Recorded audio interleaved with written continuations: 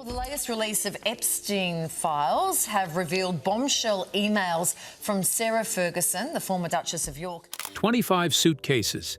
One of them contained nothing but coat hangers, not clothes, just the hangers themselves. This isn't the setup to a dark comedy. This is the actual life of Sarah Ferguson, the Duchess of York. And that suitcase full of hangers? That's just the beginning of a financial catastrophe so spectacular, so utterly bewildering, that it ended with desperate emails to a convicted sex offender begging for rent money. How does someone born into privilege, who married into the British royal family, end up £4 million in debt? How does a duchess become so financially desperate that Jeffrey Epstein, yes, that Jeffrey Epstein, becomes her personal ATM? And what exactly was in those emails that recently surfaced, causing 7 charities to immediately sever ties with her? Let's unpack this story. And trust me, we're going to need more than 25 suitcases. The Duchess of Excess, July 1986, Westminster Abbey. The world watched as Sarah Ferguson became the Duchess of York, marrying Prince Andrew in a ceremony that seemed straight out of a fairy tale.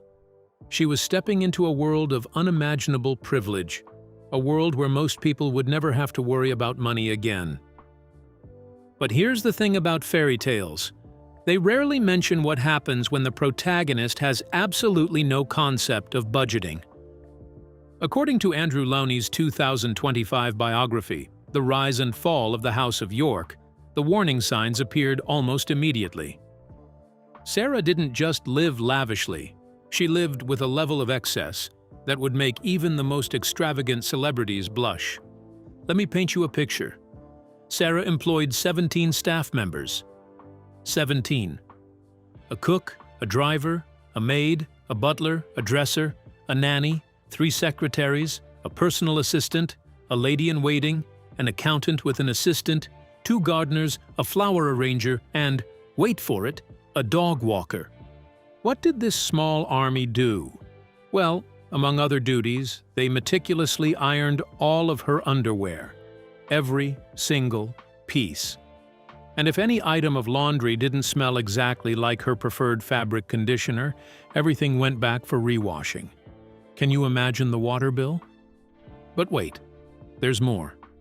2 hot water bottles appeared in her bed every night, with the water temperature measured to exact specifications. Her orange juice had to be freshly squeezed precisely as she sat down at the table, not a minute before, not a minute after, or she simply refused to drink it. Think about that for a second. Someone is standing there with oranges and a juicer, waiting for the exact moment her backside hits the chair. The level of entitlement is almost performance art. And this wasn't happening in some distant era of extravagant monarchs. This was the 1980s and 1990s. This was happening while regular British families were struggling through recessions, while unemployment hit record highs, while people were losing their homes. The contrast couldn't be more stark. But here's what makes this even more infuriating. All this excess wasn't even making her happy. Because if it were, she wouldn't have needed to keep escalating. She wouldn't have needed more and more and more. The spending wasn't about satisfaction. It was about filling a void that no amount of ironed underwear could ever fill. The grocery bills from hell. Now we all have our grocery preferences. Maybe you only buy organic. Maybe you splurge on fancy cheese occasionally. But Sarah Ferguson took food shopping to a dimension previously unknown to mankind. 300 pounds disappeared every single week on vegetables alone from Waitrose. Per week, on vegetables. That's over 15,000 pounds a year just on produce. What was she doing with all these vegetables? Apparently, not eating them, because her freezers were stuffed with ice creams that nobody ever touched. But the real star of this culinary circus? Bendix, the Jack Russell. This dog didn't eat dog food. Oh no. Bendix dined on proper meals prepared by staff. Liver, sausages with gravy, the works. The dog ate better than most families in Britain. Family dinners resembled medieval banquets. We're talking a whole side of beef, a leg of lamb, and chicken, all for one meal. And here's the kicker. Much of it ended up in the bin afterward. The waste alone could have fed entire neighborhoods. Can you see the pattern forming here? This isn't just living well. This is living in a completely detached reality where money has no meaning, where waste is irrelevant, where the concept of enough simply doesn't exist. The really tragic part? None of this spending was strategic. She wasn't building a business empire. She wasn't investing in properties. She wasn't even buying things that would hold their value. This was pure consumption for consumption's sake. Psychologists have a term for this kind of behavior: hedonic adaptation. The more you spend, the more you need to spend to get the same feeling. It's the financial equivalent of an addiction. And like any addiction, it requires increasingly larger hits to achieve the same high. But unlike most addicts, Ferguson had access to seemingly unlimited resources: royal connections, social status, people willing to extend credit to a duchess, and she exploited every single avenue until there was nothing left to exploit. The suitcase situation. Remember those 25 suitcases I mentioned at the start? Let's return to them, because they deserve their own spotlight in this parade of absurdity. 25 suitcases accompanied Ferguson to airports. Every single trip. The excess baggage fees alone ranged between £800 and £4,000 per journey. Think about what you pack when you travel. Maybe one bag, two if you're going somewhere for a while. 25 suitcases suggests she was relocating her entire life. But here's where it gets truly baffling. 5 of those suitcases, 5 entire suitcases, held nothing but toiletries and makeup. And remember that suitcase of coat hangers? That's a real thing that actually happened. Someone packed an entire suitcase with empty coat hangers and checked it onto a plane. Stop and think about the logistics, the planning, the staff time, the airline personnel dealing with this, the sheer carbon footprint of transporting coat hangers across continents. It's almost impressive in its complete and utter ridiculousness. Imagine being the staff member tasked with packing those hangers. Did they question it? Did they exchange knowing glances with each other? Or had they become so normalized to the absurdity that packing an entire suitcase of hangers seemed perfectly reasonable? And the airport staff? Can you picture their faces when 25 suitcases rolled up to check in? Did they recognize her? Did they wonder what on earth could require that much luggage? Did anyone ever ask why? Of course not. Because when you're a duchess, people don't question your choices. They accommodate them, no matter how bizarre. That's part of the problem. The lack of anyone saying, "Actually, this is insane," enables the insanity to continue and escalate. The spending spree continues. But wait, we're just getting started. Because the suitcases and the vegetables and the dog meals are merely the appetizer in this feast of financial recklessness. £65,000 went to a personal trainer. Seems reasonable for someone wealthy, right? Except she used this trainer exactly twice. Twice. That's £32,500 per session. You could fly a trainer from Los Angeles to London first class, put them up in a 5-star hotel, and pay them handsomely for considerably less. A Selfridges bill through a personal shopper reached £51,000. 1 month at a London wine merchant cost £14,000. She racked up £6,500 in charges from using the Queen's special mail service to send extravagant gifts like silver letter openers and cufflinks. And here's the thing that really captures the essence of this financial madness. She never paid any of it. The bills just piled up like autumn leaves, except these leaves had pound signs on them. A £500 bill at her local newsagent proved too much for her to handle. Let that sink in. After spending tens of thousands on personal trainers and wine, a newsagent bill for £500 became insurmountable. The butcher started chasing her. The dry cleaning company came calling. A car hire firm joined the queue. Her BP petrol card got confiscated because she wasn't paying those bills either. This is someone who married into the British royal family, remember? This isn't some cautionary tale about lottery winners. This is a duchess. Think about what it takes to get your petrol card confiscated. That doesn't happen after one missed payment. That happens after months of non-payment, after repeated attempts to contact you, after every other avenue has been exhausted. How do you let it get that far when you're connected to the royal family? The answer is simple. You don't care. Or more accurately, you're so far removed from the reality of financial consequences that the concept of a bill being due has no meaning. Bills are things that happen to other people. You're a duchess. Surely someone will handle it. Except eventually, no one can handle it anymore. Eventually, even being a duchess isn't enough to make the creditors go away. Eventually, the newsagent and the butcher and the dry cleaner all want their money, and they don't care about your title. The debt mountain grows. By 1994, the situation had spiraled completely out of control. Her debts had climbed past £3.7 million. Think about that number for a moment. That's not, "I spent too much on my credit card this month" debt.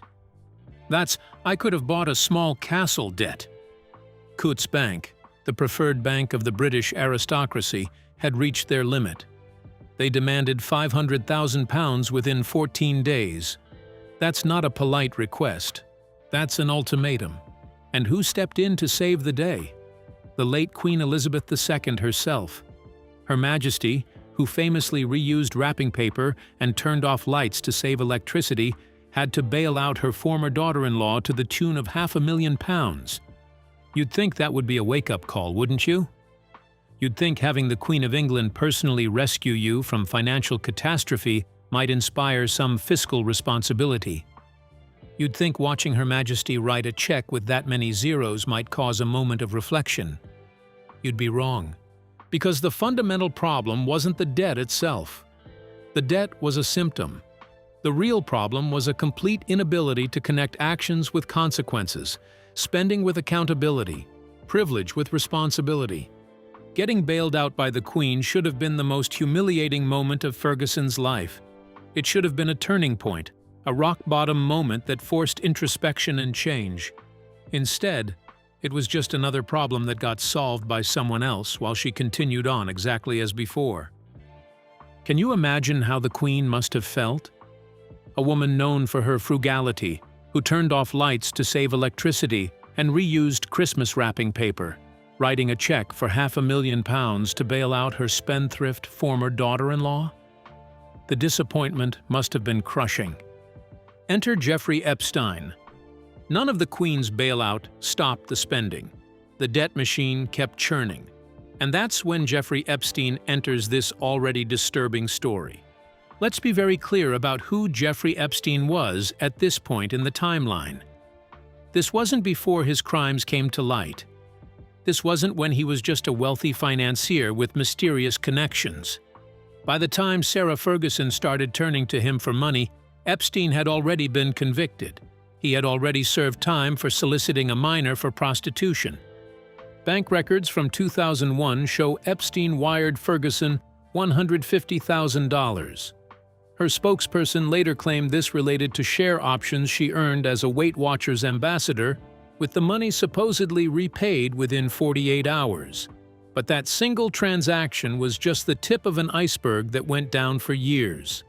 By 2009, Ferguson's financial situation had deteriorated from bad to catastrophic. Her style company, Hartmore, collapsed, burying her under £630,000 in fresh debt. Estimates of her total obligations ranged between £2 million and £5 million. Bankruptcy wasn't just possible, it was probable. And who did she turn to? A convicted sex offender who had just walked out of prison.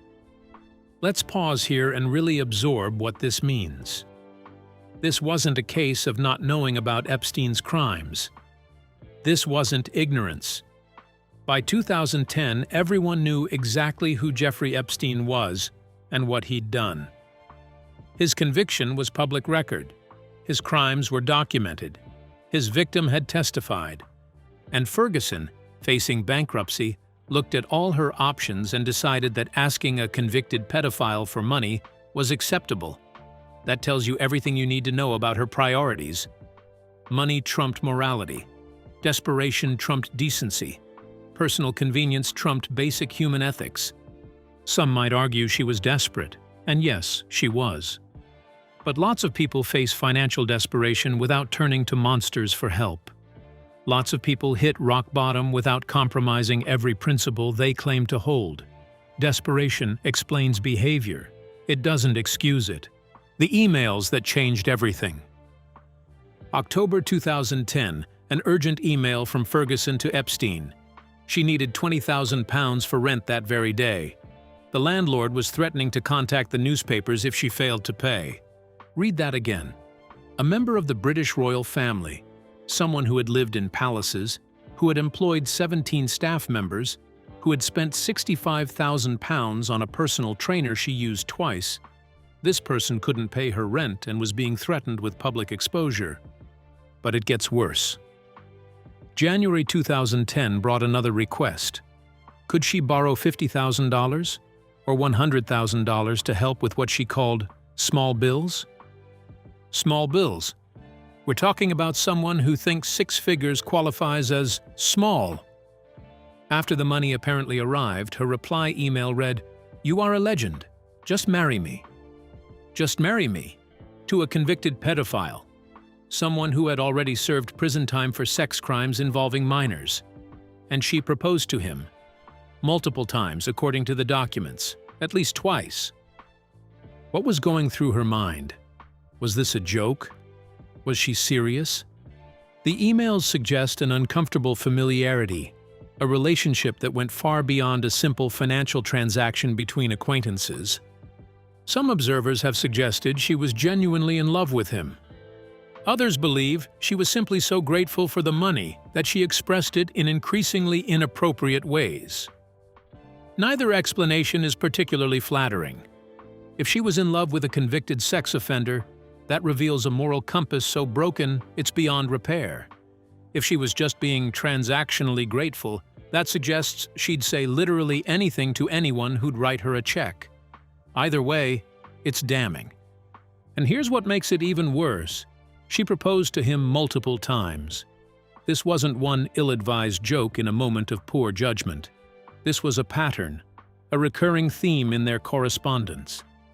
Just marry me, appearing in emails over and over, like she couldn't quite believe he hadn't said yes yet. The financial lifeline. Reports suggest Epstein provided up to 15 years of financial support to Ferguson, with estimates putting the total around £2 million. That's not a one-time favor between friends. That's a systematic financial relationship that spanned more than a decade. March 2011 marked a turning point, or so it seemed.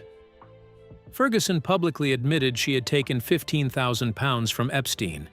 She called it a gigantic error of judgment, and declared she abhorred pedophilia and would never have anything to do with him again. Strong words, clear denunciation, a line drawn in the sand. Finally, some accountability and distance from a monstrous individual. Except 1 month later, she sent Epstein an email that told a completely different story. "You have always been a steadfast, generous, and supreme friend to me and my family." She apologized profusely for publicly criticizing him.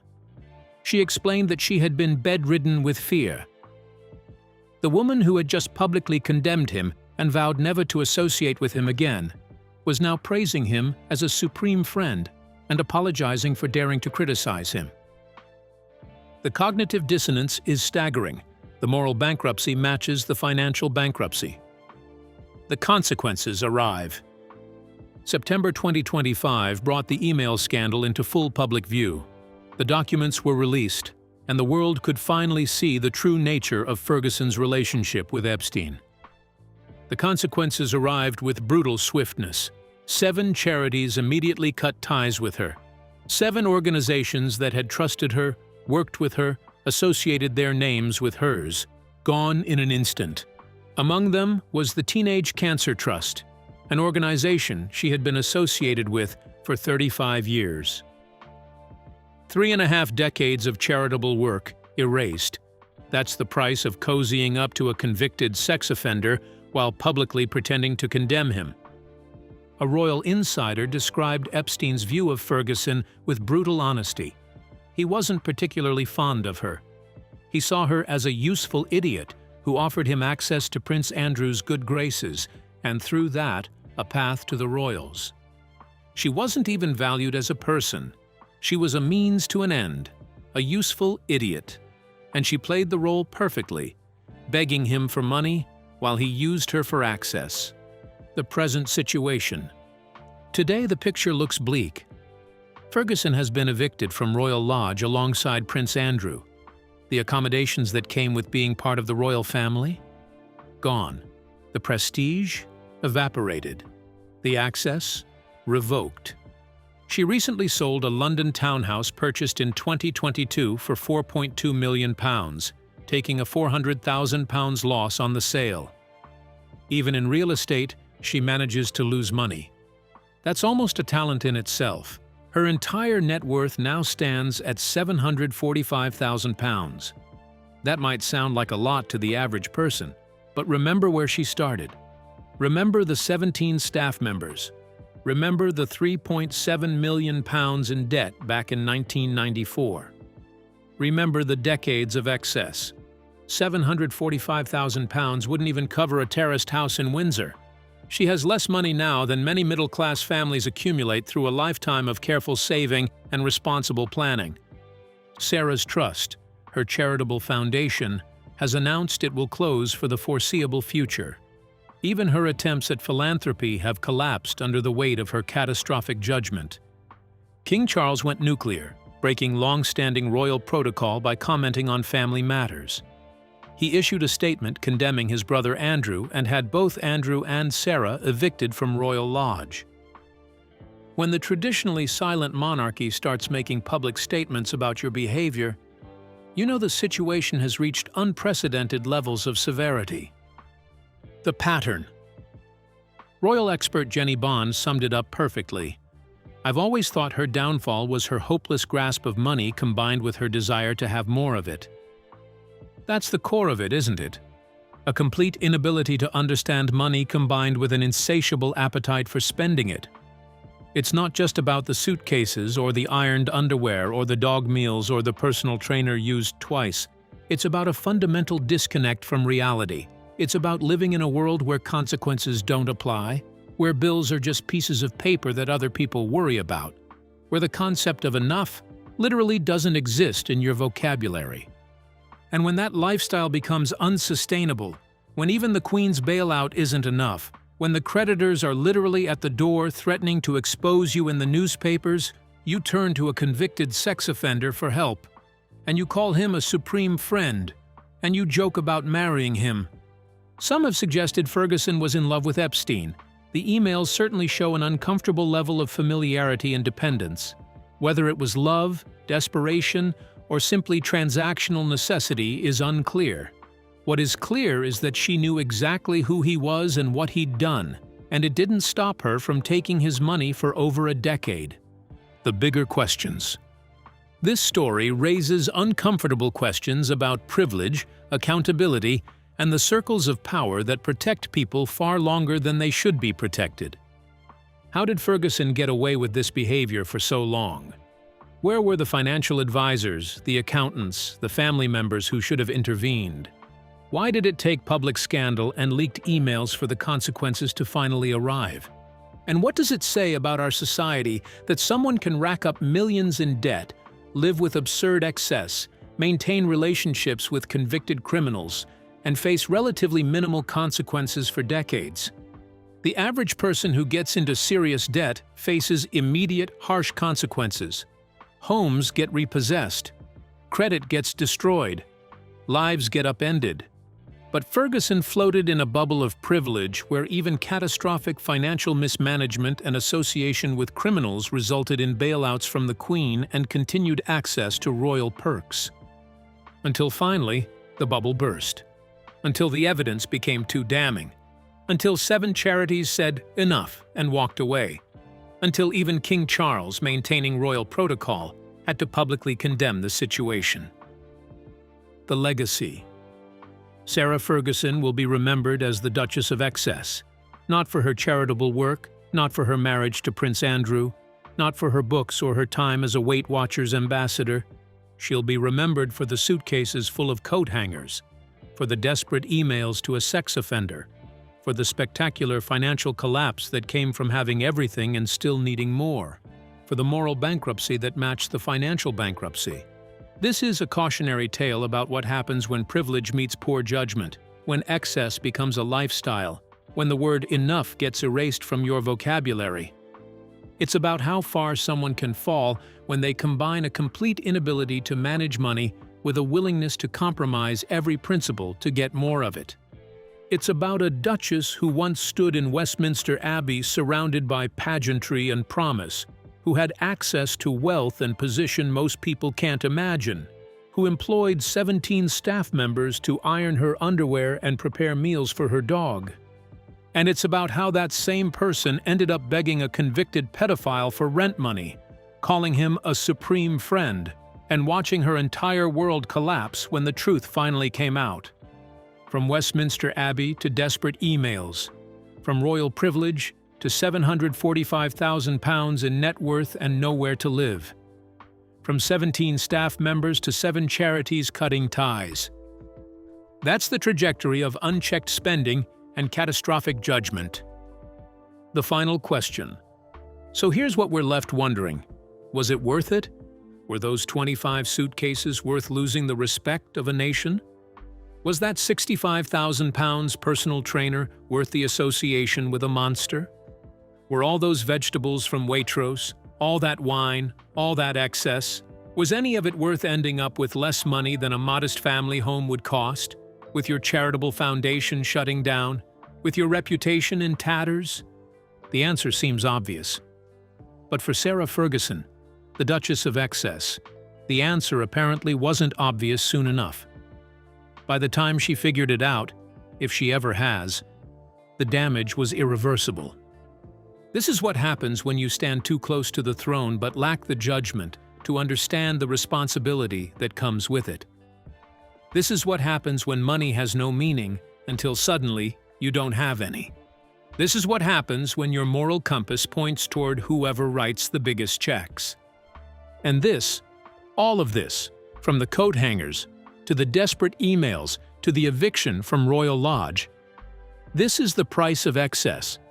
And this, all of this, from the coat hangers, to the desperate emails, to the eviction from Royal Lodge, this is the price of excess. A £4 million price tag that couldn't be covered by all the money in the world, because the real cost wasn't financial. It was dignity, reputation, respect, and any remaining shred of credibility. Those things once spent can't be borrowed from convicted criminals or extracted from royal bailouts. They're simply gone. Just like those vegetables that ended up in the bin. Just like that food from the medieval banquets. Just like all that excess baggage flying around the world accomplishing nothing. But perhaps the saddest part of this entire story is the wasted potential.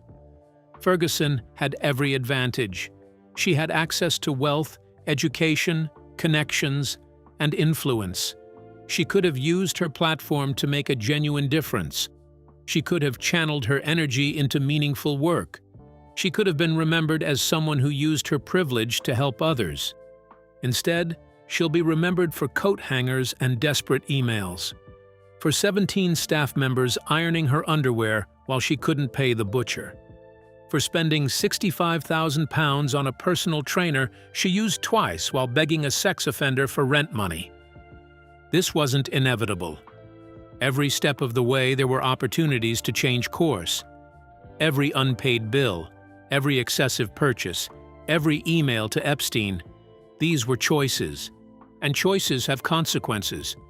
The consequences have finally arrived. Decades late, but they're here.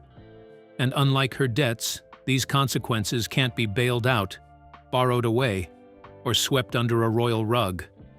They're permanent. Wasted